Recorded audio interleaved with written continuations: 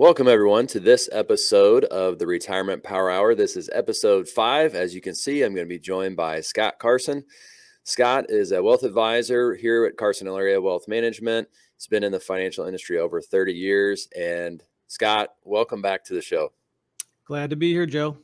And I always like having you on, Scott, because you have so many good stories and experiences to share. And today, the topic of the show is designing your retirement life. So we're actually not talking really about financial stuff. Of course, it is financial, but it's really the non-financial component of retirement. And this whole sort of theme of when you make this transition, it's a big transition. It's something new, and it's really a big hurdle for a lot of folks out there. So I'm excited. I started researching this, Scott. I know you kind of looked into some of this too before the show, and I was actually really excited to talk about this because it was like a whole new field of study that I wasn't even aware of, and it was surprising to me because of what we do every day for folks on the financial front. But let me ask you, in your words, Scott, what do you think designing your life or designing your retirement life means? What does it mean to you? Well, I can tell you what it means to me. And again, it means a lot of different things to a lot of different people. But I just want to step back for a second and say, while this might be a new area of study, these are things we've been talking to clients about for years. And here's why. I think we've been blessed to work with a lot of very good, successful people who have been great stewards of their capital. They've saved their money. They've been disciplined. So I think they've got the game won from a financial standpoint. Right. And where we add a lot of value to those clients is helping them talk about the next chapter, the next phase of their life. Yeah. And again, that could be while they're still working, or it could be in retirement. So when you ask me, what do I think about designing your retirement life means, in my situation, it's all about what do you want your daily activities to look like? And again, as Joe said, while some people might think I'm retired, I'm far from it. So I still work every day, still actively involved. But as most of you know, I now spend 6 months out of the year in Florida. And I never thought I would do that 10 years ago. But there were a few life situations that came up that caused me to take a look at it.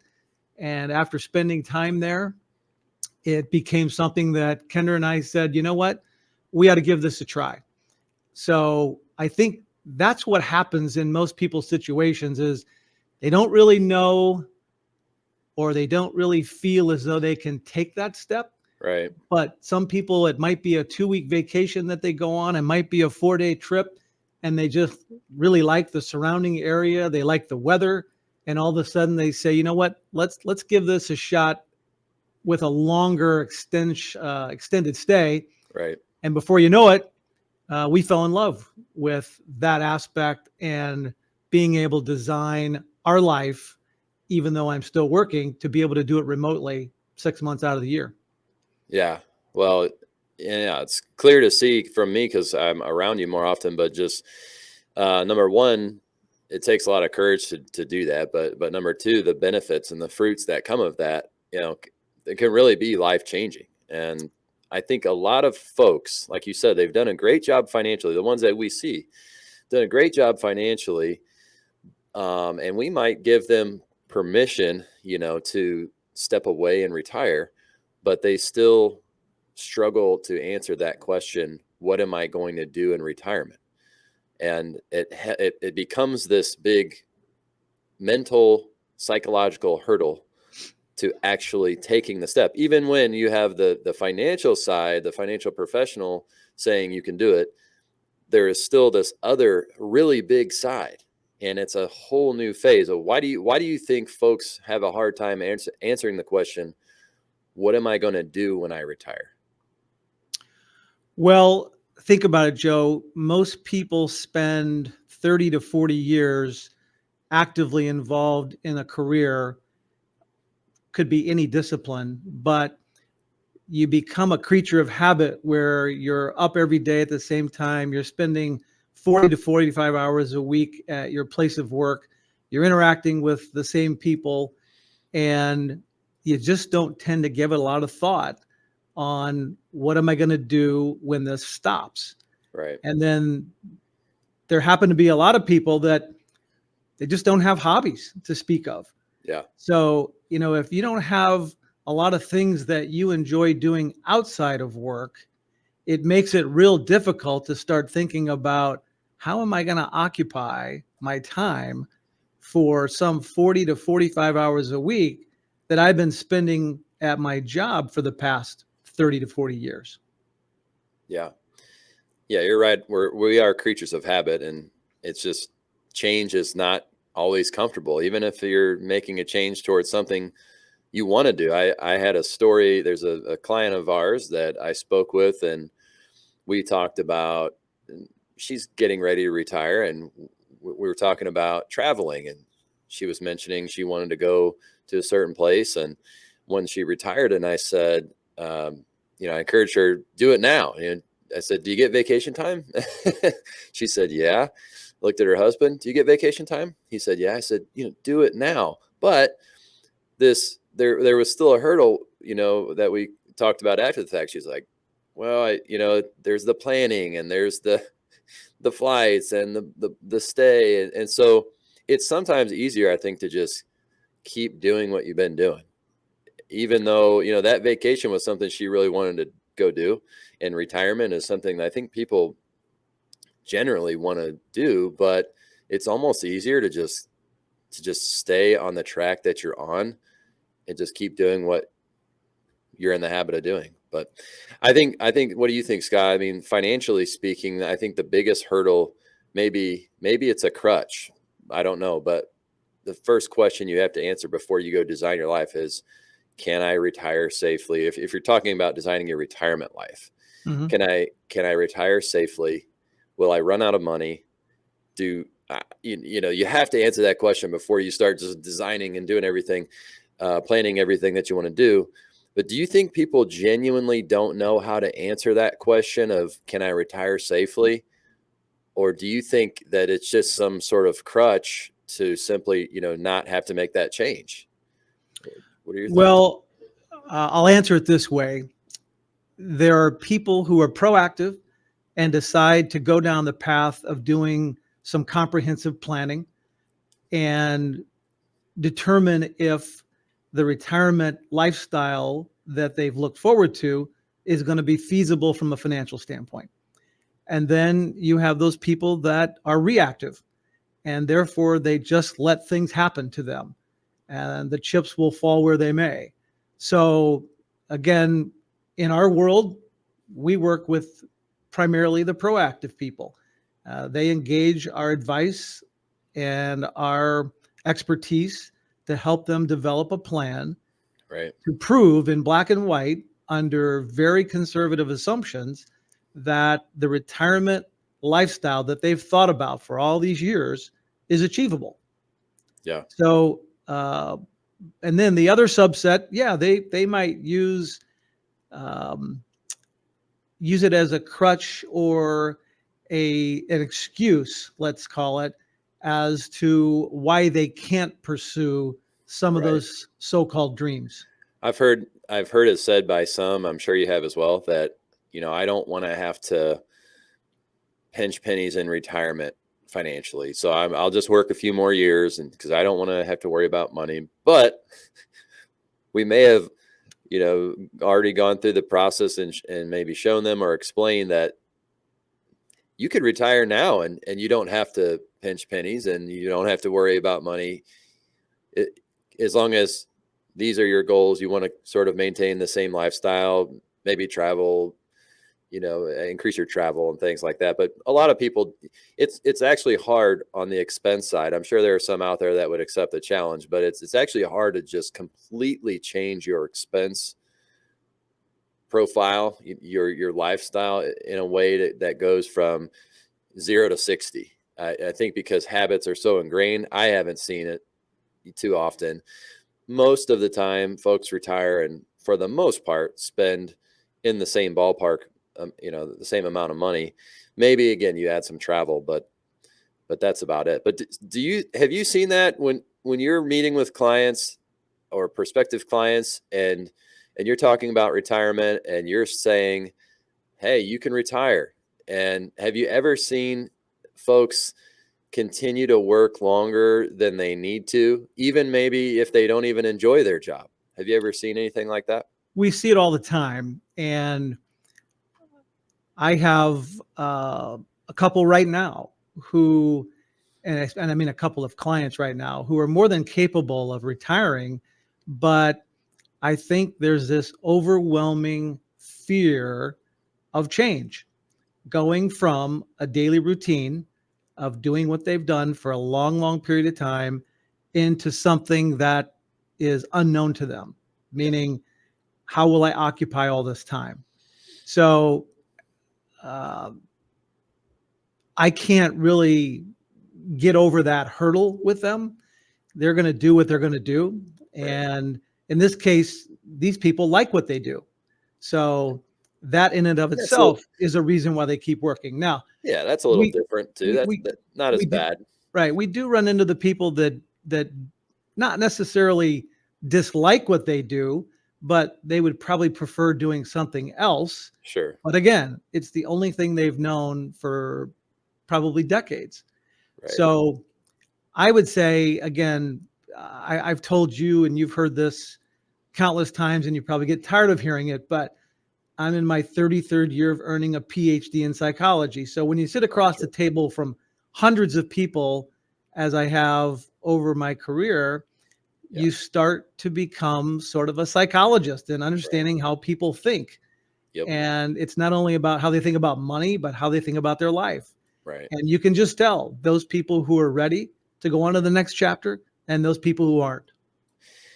No, I have also become more and more fascinated with the psychology side of what we do, because it's almost like you get to see a real life research project or case study right in front of you, because we see all of these same people, not the same people, different people in the same situations, similar situations. And, like I said, it's a case study where you start to see patterns and patterns of behavior, um, patterns of spending and goals, all that sort of thing. And one thing that I realized just not very long ago is that I'm going to have to get better at the psychology side in my conversations. And so I've had in the last couple of years really good and really deep conversations with clients about their lives and what they want to do in their retirement, because I had too many times where I did a financial plan and then I said, well, you can retire if, in my professional opinion, you're safe to retire. We've done a financial plan, and I don't think you should be concerned about running out of money, et cetera, et cetera, et cetera. But then, they continue to work, or maybe they're already retired. And I say, and they've told me they don't want to leave millions and millions to their heirs or beneficiaries. Maybe they don't even have children. And I'm showing them, well, you're projected to, have, a couple $1,000,000 if you live to age 100 or 90 or whatever, but yet they don't make any changes to their lifestyle, and so they're tracking somewhere where they don't want to be, or they're saying they don't want to be. And it's not the worst problem to have too much at your death, but I really started to shift my focus on how can we help people maximize their satisfaction or happiness or whatever you want to call it during retirement. How can we help them in all of the years that they are retired to increase their quality of life? And it may have nothing to do with money. Money is a part of it, but the biggest thing holding them back may not actually be financial. And then True. I guess I pose that to you. Have you also seen retirees that have retired and they've taken that step, so they've gotten over that hurdle, but then they struggle with the next step of designing their life, so they sort of just live the status quo and and they don't really explore anything new that might bring extra added fulfillment. Have you seen cases like that? Many times. And I have a story that sticks in my mind from 15 years ago. We had a long-term client, and he spent his career working with a local utility company, and his work hours were the 11 p.m. to 7 a.m. shift.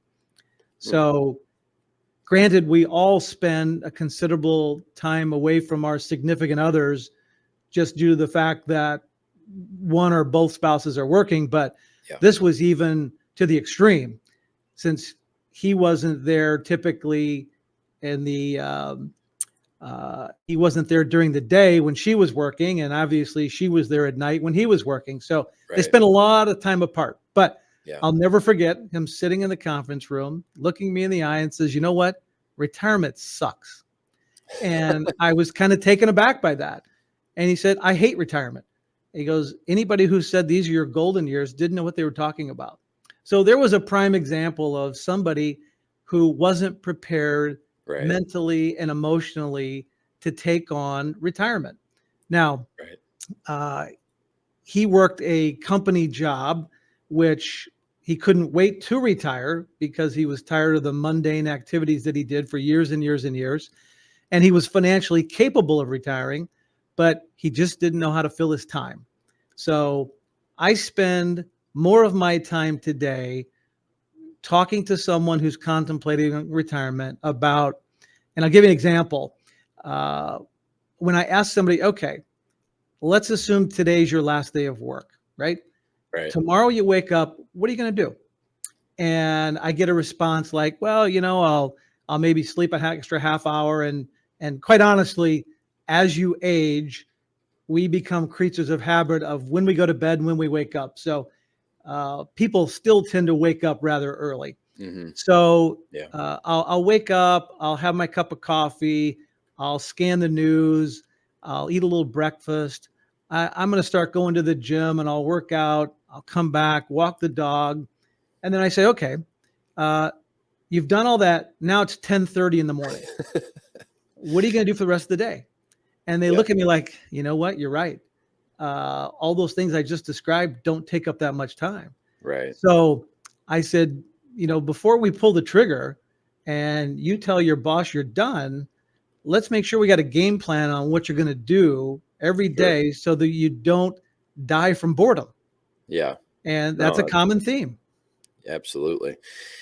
I think some people think when they think of retirement as this vacation, I think some people maybe fall into that trap of just thinking that retirement is, let's just say you like to golf. Even that, well, yeah, I'm going to golf. I'm going to golf every day, which very few people have said that to me, by the way.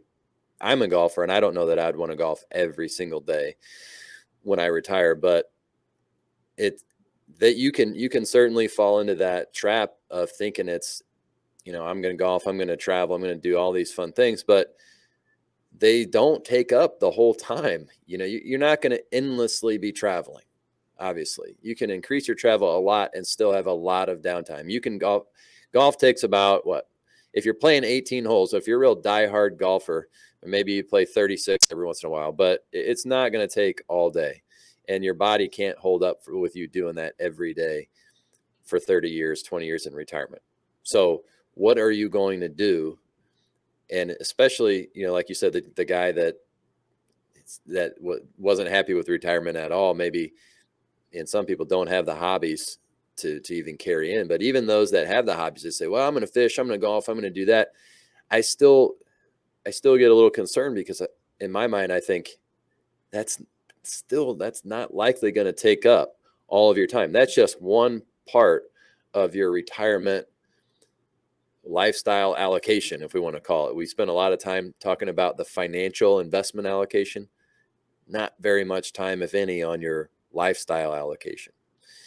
But I wanted to get your opinion too on this. I mean, some of these people, some of the folks that we've seen that don't jump into retirement, um, do you think it has anything to do with, hey, if I move to the next phase, which, you're working. Okay, I have my working phase, then my retirement phase, and then the death phase. So do you think people just don't want to make the next step because they think, man, I'm one I'm one step closer. The next phase is I'm not here anymore. I mean, do you think that plays into this in this psychology part of the retirement decision at all? The thought of, I don't want to get older. I don't want to talk about Medicare and Social Security and all that. It absolutely plays into it. And we've all heard the stories of the man or woman who spent 30, 35, maybe 40 years in a career, retired with no hobbies, and they were dead 1 month later. Yeah. And who knows what caused, but it happens. I know of specific examples. Yeah. So kind of what you're referring to is something that we read in a study a few years ago, and that is all about kind of the three phases of retirement: the go-go phase, the slow-go phase, and the no-go phase. Yeah. So a lot of times when people retire, they have pent-up energy, pent-up demand. They're fine financially, and they hit the ground running with activities. They do a lot of fishing, a lot of golfing, hunting, whatever their hobbies might be, right? Bowling, swimming, bike riding. And then they kind of burn out in that go-go phase because they just don't want to do those things every day. So when we talk about the finances for people, we always stress the word diversification, right? So you need to diversify your time and your activities when you're in retirement so that you can live a more balanced lifestyle. And again, they hit the go-go phase hard, and then everyone, just due to Mother Nature, transitions to a slow-go phase, which says, you know what? We've been to Europe 3 times in the last 8 years. We've seen everything. We don't have any plans of doing that anymore. And really, there are no other places we want to go to. Right. So then they revert back to being kind of community-oriented, homebody type people. And then just through time, they transition into a no-go phase where they just don't want to do much of anything. Yeah. And for people out there who've seen their parents have longevity, they will be a testament to that and say, yes, I witnessed exactly that with my mom and dad. Yeah. So yes, there is a fear of making the decision because they don't know how they're going to handle those 3 phases. Well, I want to introduce this concept and of designing your life, because it's not a concept that we came up with. It's actually, anyone listening can go out and just search design your life or designing your life. It's actually a book that was written by Dave Evans and Bill Burnett. These guys were Stanford professors. They came from an engineering background, and they have developed this platform of designing your life, which is not just for retirees, it's for people at any phase of life, to really, I think of it as just thinking outside the box on what you really want to get out of your life. And as I was listening, I listened to a podcast, I was reading some materials. Even though what we do what we do every day, Scott, my light bulb in my mind still kind of just blew just listening to these guys, because I didn't realize that there was this much depth in this area, because we sometimes act as counselors to clients on these conversations. I had no idea that there was this much depth, and that these guys had created this platform. So it's a really neat tool.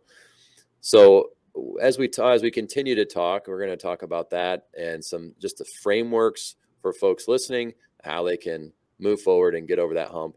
And I also want to quote something you said, because you talk about retiring, or I should say financial independence, you have defined that a certain way. And I'm going to put you on the spot and see if you can define it for me. Do you know what I'm talking about when I?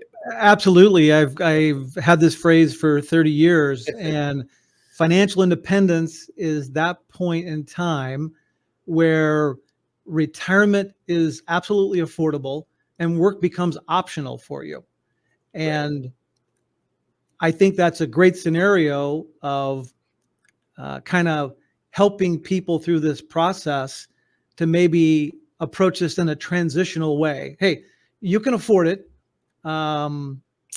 you're absolutely ready, capable of retiring. But if you can't pull the trigger, well, let's do it in phases. Let's see Yeah. if we can't talk to your employer about you going to 4 days a week, Yep. something like that, or maybe 3 days a week ultimately. And given the situation we're in America today, with the demand for people to work, and specifically high quality people, most employers, I think, are willing to be flexible as opposed to just seeing Yeah. a valuable resource leave entirely. Absolutely. Especially as hard as it is to find new good employees, strong employees. So I guess it starts at a 30,000-foot view to reframe how you think about your life. How do you think about your retirement? We have to sort of reframe that. And one thing that we want to debunk for anyone listening that is near this phase is that, hey, once you retire, hey, you don't have much time left. It's the last phase before death. I mean, all those negative connotations. And I asked the client this yesterday. We were talking about this very topic, and she's 60, and I was sharing with this reframing with her and saying, look, let's just say you live to a normal life expectancy or around it. And that's 85 years old. So that's 25 years from now. I said, but think back to when you were 35. You're 60 now. Think back to when you were 35. Do you feel like that's a significant time ago, to 25 years ago? And she's like, wow, yeah, that was a much different time 25 years ago. And I think people just sort of write off retirement and think, well, I've worked and worked and worked, and now I'm retired, and so I don't need to do this planning. We need to reframe that, because it could be 25, 30 years, even if it's 10 years, 15 years. If you think back to where you were 10 or 15 years ago, it's a significant amount of time. So some people, I like the term second act. It's your second act. Some people take that and go into even different careers and things. And that's why I'm so fascinated about this. I think too many people just fall into the trap, I guess, Scott, of I'm going to work and just retire because that's just the thing to do. And when I retire, I don't do much, stay around the house. And there's nothing wrong with that if that's what you want to do. But there is also an opportunity to design. I love that word, design your life to exactly how you want. So let's jump into a little bit of a framework talking about your lifestyle allocation. The first one you've hit on, it's pursuits. And this is, we got this from Anna Rappaport. She's another consultant and speaker on these retirement topics. Really good information. But she has 4 kind of key areas when you talk about allocations, not stocks and bonds, but 4 different categories of your life portfolio. And the first one is pursuits. So it could be hobbies, work, volunteering. And you've talked about the importance of having those hobbies. I think one thing, and you just touched on it, I'm gonna ask you the question, but when it comes to like a bridge job or an encore career or a phased retirement, what have you seen for folks that have done that? How have the outcomes been in your experience?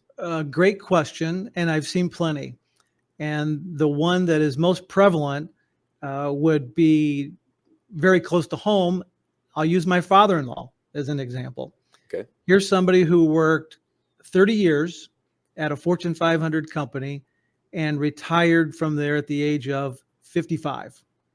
And he kind of transitioned his way, because in many big companies back in the day, you could build up and store vacation days. So he also had an income tax preparation business that was started by his mom, and he began doing that when he was 15 years old.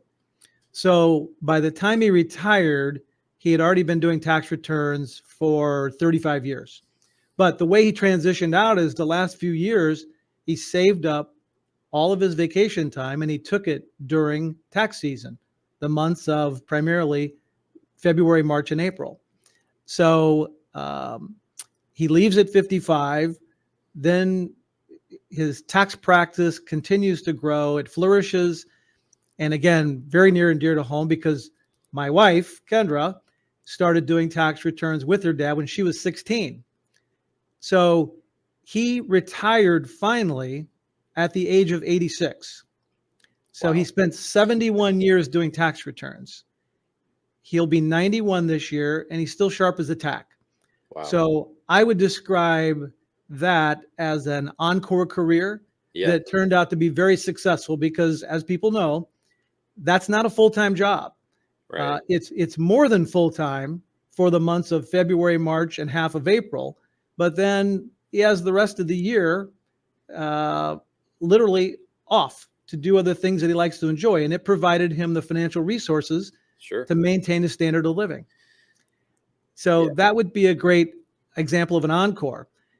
Second job, I have another client, very vivid. He came to me 5 years before he was ready to retire. So his target retirement age was 60. He was a referral. He came in and I did simply planning for him for 5 years. He's very analytical and he wanted to make sure he crossed all of his T's, dotted all of his I's, and that he was able to retire financially when the age of 60 arrived. Yeah. Now, in his situation, he had a defined benefit pension plan, right? He was going to get a monthly guaranteed payment for the rest of his life. Mhm. So time comes, he retires, and within 2 months, he calls me up and says, Scott, I'm bored to death.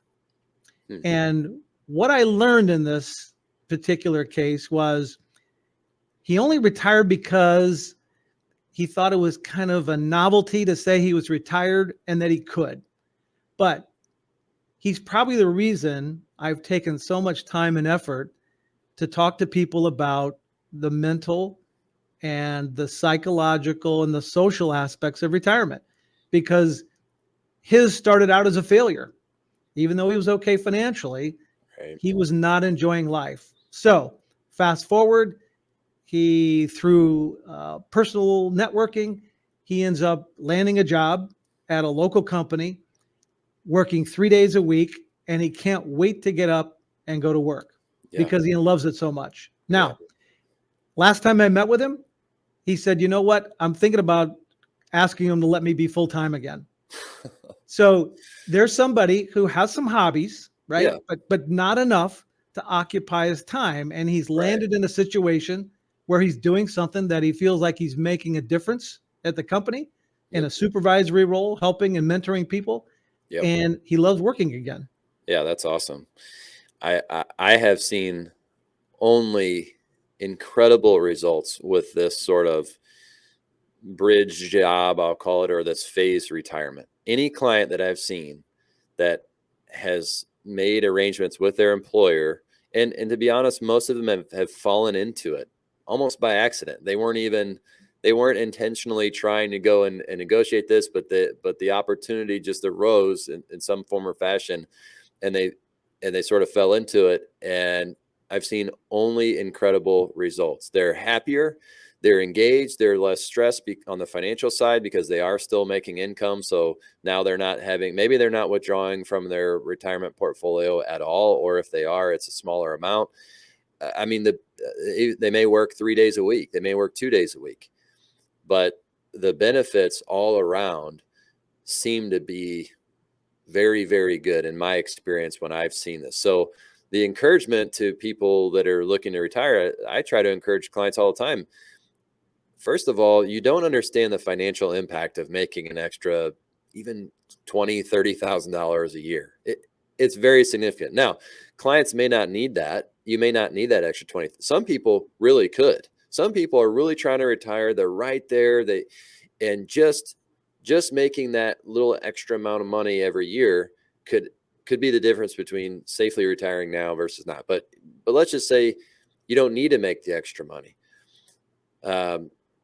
The emotional, the psychological part of staying engaged in something, and probably if you're designing this, and Scott, I want to ask you, because you've done this, but if you're designing this, you get to kind of pick what you want to do, and then you could say to your employer, these are things I want to do, and it probably take me 3 days a week. These are things I don't want to do. So I'm willing to take a pay cut on that and not do those things. What do you think? And if you can design it, you're not working full time. You're only doing the things that you enjoy doing. You're making money. And that's why I think the experiences have been so good. But Scott, let me ask you, if you don't mind, because and this is not a retirement thing. This is a anytime.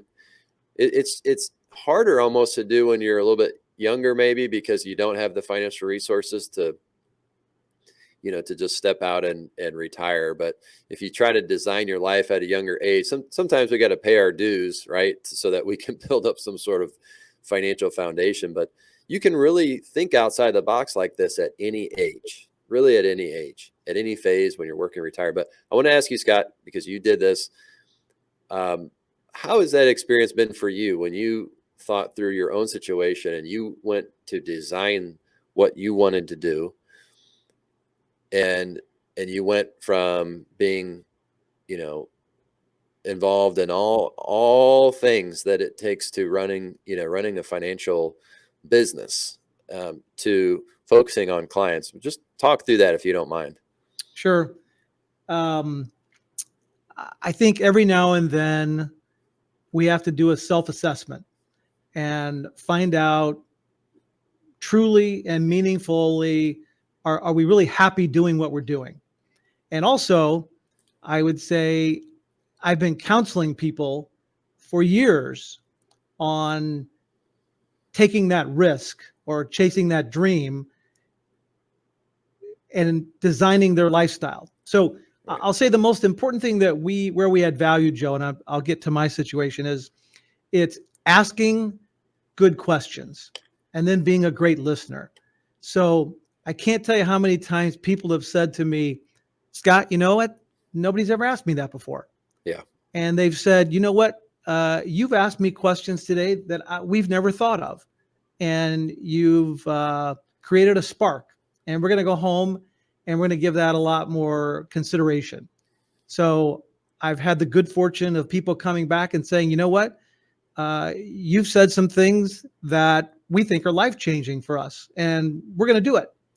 Right. So again, we proved financially that they were capable, but we challenged them also to think outside the box. And again, this goes back to the psychology of people. There are people who are willing to think big and outside the box, and there are people who just don't. And Sure. that's a mindset that's really hard to change. Yeah. So in my case, I've always been a big picture, think outside the box, wake up every day and figure out how can we be a differentiator from our peers in our profession, and what do I really want to do with my life? So I tell people I eat my own cooking. Things that I've recommended to people, I sat down and did the same assessments, Kendra and I. And like I said, 10 years ago, I would have never thought it possible, just because of my own type A personality of showing up and being in the office early and late every day. Yeah. Into the evening. So I guess this most recent pandemic is something that has changed lives for a lot of us. Right. We've realized that working remotely is not only a possibility, but it's incredibly feasible, and you can be just as successful. We're fortunate in our business that we do not have to be in a specific location in front of specific customers or people every day in order to earn a living, i.e., like a dentist or a doctor or an oral surgeon. They have to be in their office to see patients. Yep. We do our job with technology. So right now, people would have no idea where we're sitting. We happen to be about 30 feet apart in Illinois, but Right. I could be in Fort Myers, Florida, and Right. nobody would know the difference. Yep. So I just stepped back and I developed my own personal bucket list and said, look, these are a lot of things I want to accomplish. And every day that I wait is a chance or time that I'm losing to do these things. Yep. So it took a lot of courage and a lot of thinking, a lot of thought-provoking questions and ideas, but our timing was right, And so far we've been able to pull it off. And I would say that I'm incredibly happy in my current lifestyle Yeah. of having a good work-life balance. And the design part of that from a pursuits standpoint is that you designed your, not retirement, but you designed your work life to where now you do the things that, I think, don't want to speak for you, but the things that you enjoy doing the most. And that is speaking with clients, educating, and really just having conversations with clients. The things that I talked with a client yesterday. She is doing very well she's a veterinarian. She has grown her business and, again, just doing awesome things. There are parts of running a veterinary practice that are not working with animals, and she doesn't like that as much. And that is almost a constant. I don't know of a lot of people who are business owners that absolutely love running the business. They love working in the business, but not so much the other things, the administrative parts. And you've been able to do that. Like, I would encourage many retirees or pre-retirees, try to design that so where you could say, look, these are things I like to do, to your employer, and tell them, these are things I like to do. These are the things I don't want to do. I'll do these for 2-3 days a week, take a pay cut. What do you think? And if they go for it, it's almost it's a best case scenario. But the where you made your move kind of touches on the second part. We're talking about 4 major categories of your life portfolio. The first one's pursuits. The second one's places. And so maybe just talk a little bit about that, what went into your decision, or client stories as well about places, which includes travel, your home life, where you spend time throughout the year, your community. We see a lot of people, snowbirds, that go down somewhere warm during the winter as well. But talk through it's kind of an obvious question, but talk through kind of what went into that for you. Sure. And I'll answer that, but I want to backtrack just a little bit, Joe. Oh, yeah. And I think this could be of great value to the listeners. So, as you know, I participated in what's called the Strategic Coach Program a few years ago. Mm-hmm. And it was an opportunity to go 4 times a year to Chicago and be in a meeting from people all over the world who were successful entrepreneurs, business owners. And I learned probably the most valuable lesson of my professional career in that Strategic Coach Program, which is what caused me to do what I did. And real quickly, we were given an exercise to sit down and itemize all the things that we did in our work life, whether it was daily routines, weekly, monthly, quarterly, annually. Yep. And once you develop the list, you would go to each item and you would put a letter next to that. And the letter was either a U, it was an E, it was a C, or it was an I. So the U stood for your unique ability. So what things do I do in my professional life that are unique to me and I'm good and successful at? So I itemized those things. Yep. And then E stood for excellent. What things do I do that I'm excellent at, but could probably be done by somebody else if delegated? Yeah. And then you put a C. What things am I competent at, but without a doubt could be done better by other people in the organization? Yeah. And then lastly, an I. What things am I truly incompetent at, but I do anyway, and I probably cause more problems than I do good, right? Yeah. Right. So that's a no-brainer. So immediately, and then you'll recall this, Mm-hmm. Yeah. I basically delegated everything but my unique abilities. Yeah. And I've always thought that to be either sitting in front of a client, talking to a client on the phone, talking to a prospect, doing strategic planning. Yeah. All the other facets of running the business could be done better by other people. So again, that was a huge shift. But once I did it and I saw the results, that things were running much better, Right. as with me not being involved in those activities. So that was a huge step. Right. That helped me get the courage to say, you know what, I can probably design now even a better work-life balance Sure. that included being remote part of the year. So now to your question. Sorry about being so No, long-winded, but that's fine. you're talking about places, correct? Yeah, yeah. So many years ago, I was visiting a client in Scottsdale, Arizona. And obviously, they have beautiful weather the majority of the year. Actually, the sun shines there well more than 300 days a year. Yeah. So, in contrast, you and I are sitting here in Edwardsville this morning. It's a very dreary day out. It's Yeah. raining, it's in the 40s, it's gloomy. Yeah. And quite honestly, this goes along with our discussion about people who retire Yeah. and those people that want to do outdoor activities. And today they're probably limited or restricted to Right. being indoors. Yeah. So it adds to kind of their frustration. And quite honestly, some people, it can even cause a episode of depression when these Hmm. days like Yeah. this go on for a week or so. Right. So I realized that everybody I saw, whether it was in the grocery store, the gas station, the golf course, people were very happy. Yeah. And there's something to be said for waking up. And again, I think the actual statistic is the sun shines in Arizona about 340 days a year. So that's only 25 days that it Right. doesn't. Wow. People are just naturally more happy Yeah. being in that type of geographical environment.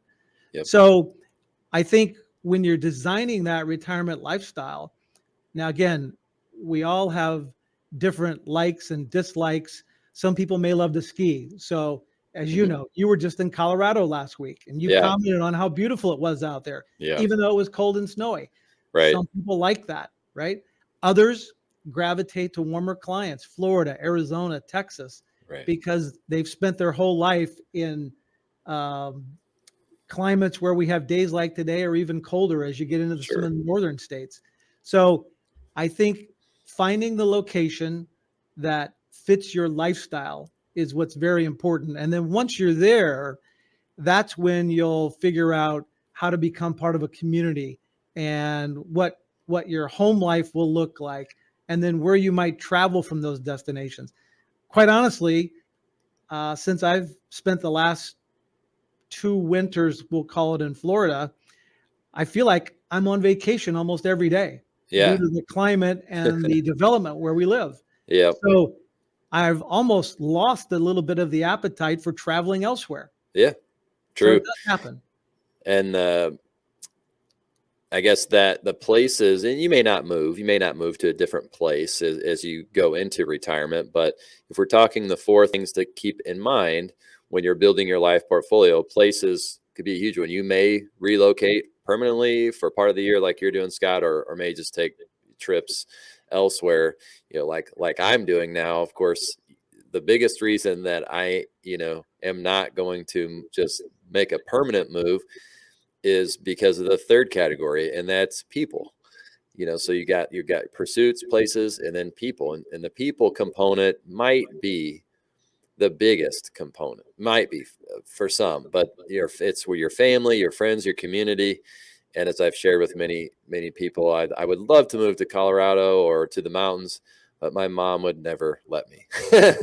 But no, she would. But my kids, and they play with their cousins right now. They're all young. My kids are 5 and 2 right now, and just being around grandma and grandpa and all that stuff, that's very important. And even if you don't have young kids, and maybe or no kids, or your kids are grown and gone, just having a community of people that can support you, that you can feel like it's home, because really it's the people that do make it feel like home. I spent 4 years in Carbondale, back when I went to college. And Carbondale, Illinois, for those that don't know, not probably the biggest tourist destination out there in the world, okay, but it's got a university there, and I don't know how big it is. It's not a very big town, not a lot going on. But I really felt comfortable there after I was there for a few years because of the people, because of the relationships that I had. And in fact, my one of my best friends stayed there and lived there for, shoot, another 10 years after he graduated, he and his wife, because of that very thing, just the foundation of people that are there. So something to think about, whether you're retiring and staying, or retiring and moving, or traveling. The last one that I wanted to spend just a moment on is health. That's the last part of your life portfolio. It's so important. Um, obviously you've heard the phrase and the saying, at least you have your health. Well, so everything else can go wrong, but if you have your health, that's something, a very big thing to be thankful for. And of course, we're not here if we don't have our health. So that, not only access to healthcare and the, keeping the familiarity of your healthcare providers, but I would say, Scott, one of the bigger things is access to, workout facilities, or like you said, the warm outdoor climate. If you like to do outdoor activities, that can have a huge factor, not only on your mental health, but your physical health. Because if you are getting outdoors and you're hiking and, you're riding a bike and doing all this stuff, I don't even think about doing that for November, December, January, February, March, probably 5 months out of the year. I don't even think about doing anything outside. And anyone who lives in the Midwest kind of understands that.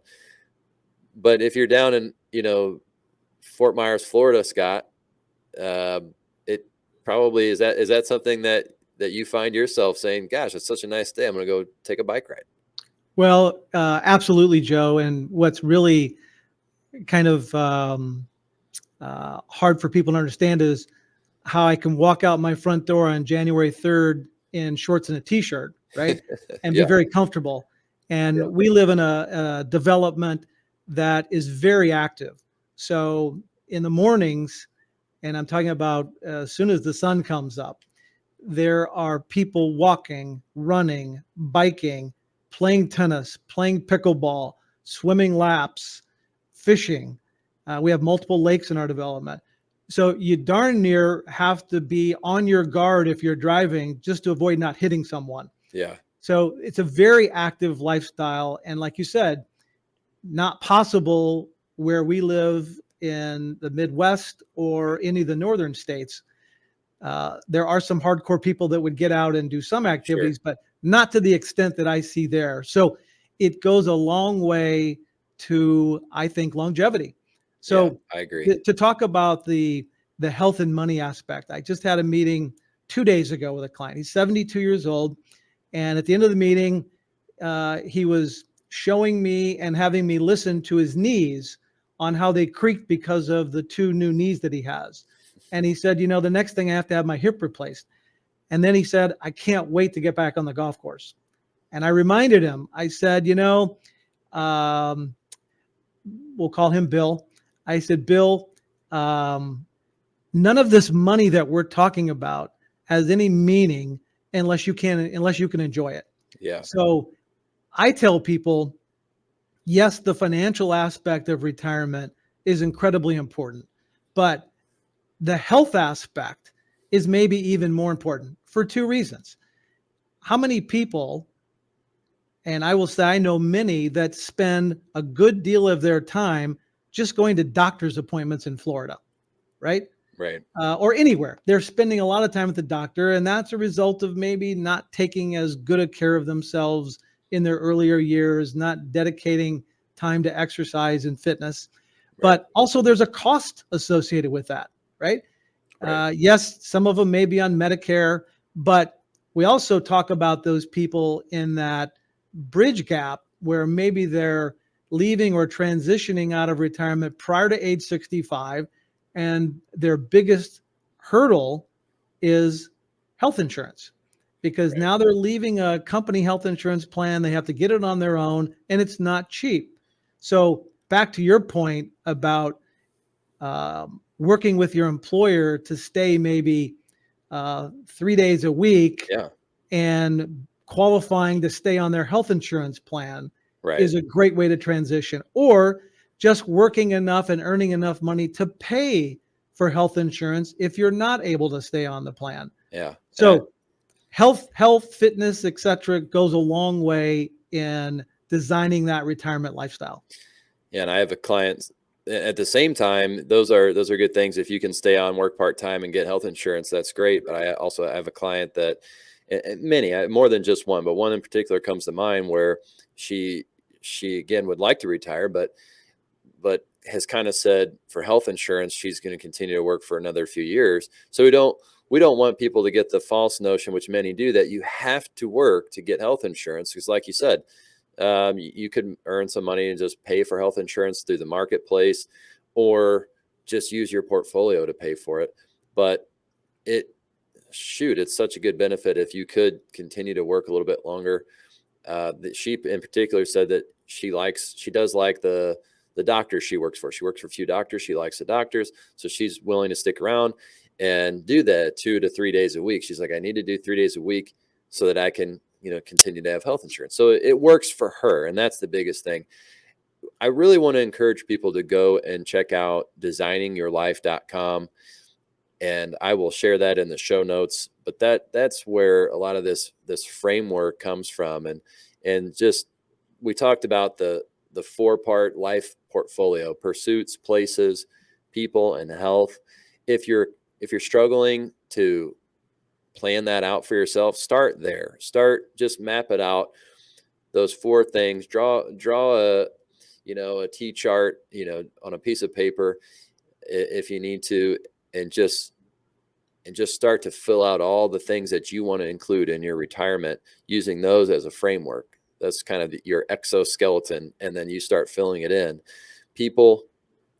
Pursuits, places, people, and health. And on the places part, I want to share another resource that I just spoke with a client about. And that is, if you truly do have an open canvas on where you could retire to, there's a great tool on marketwatch.com. And it's got a list of questions and things that you can prioritize and say that are important to you, including climate and all sorts of different things, cost of living, activities. And you can fill out your top 5 must-haves and your top 5 nice-to-haves. And it will literally give you the top 10 counties in the United States. Or you could pick a certain state you want, and it will give you the top 10 counties in that state where it matches most closely with what you said was important to you. So it's a really neat tool. I'll include that in the show notes as well. And just to kind of give one final thought, and then Scott, I'll kick it over to you for your final thoughts. But one of the authors of Designing Your Life, Dave Evans, he's doing a podcast, and he shared a story of when he was trying to explain this methodology on a morning show. He only had 7 minutes to explain this. And the producer said, you need to explain it in 30 seconds or less. And he's a Stanford professor with an engineering background. So he said, that's impossible. It's not going to happen. They said, well, you're not going to be on the air then. So he came up with this 10-word, this framework, this 10-word methodology that explains designing your life. And he broke it down as: get curious, talk to people, try stuff, and share your story. Get curious, talk to people, try stuff, and share your story. And I just want to encourage people out there. I think all of those things, you got to start thinking about it, talk to other people to learn more about it, and then try it, and then share it and do it again. Because the word I always come back to is fulfillment. And all of these things, when you retire, I've said it before, your money is not the most important thing. Scott, you know that, and share the same thing. Like you said, it doesn't matter. None of this matters if you can't enjoy it. And if you're not, just spending it doesn't mean enjoying it. Just spending it doesn't mean enjoying it. You have to apply your resources to things that actually mean something to you if you're going to expect to get any fulfillment out of it. So that's get curious, talk to people, try stuff, and share your story. Keep that in mind.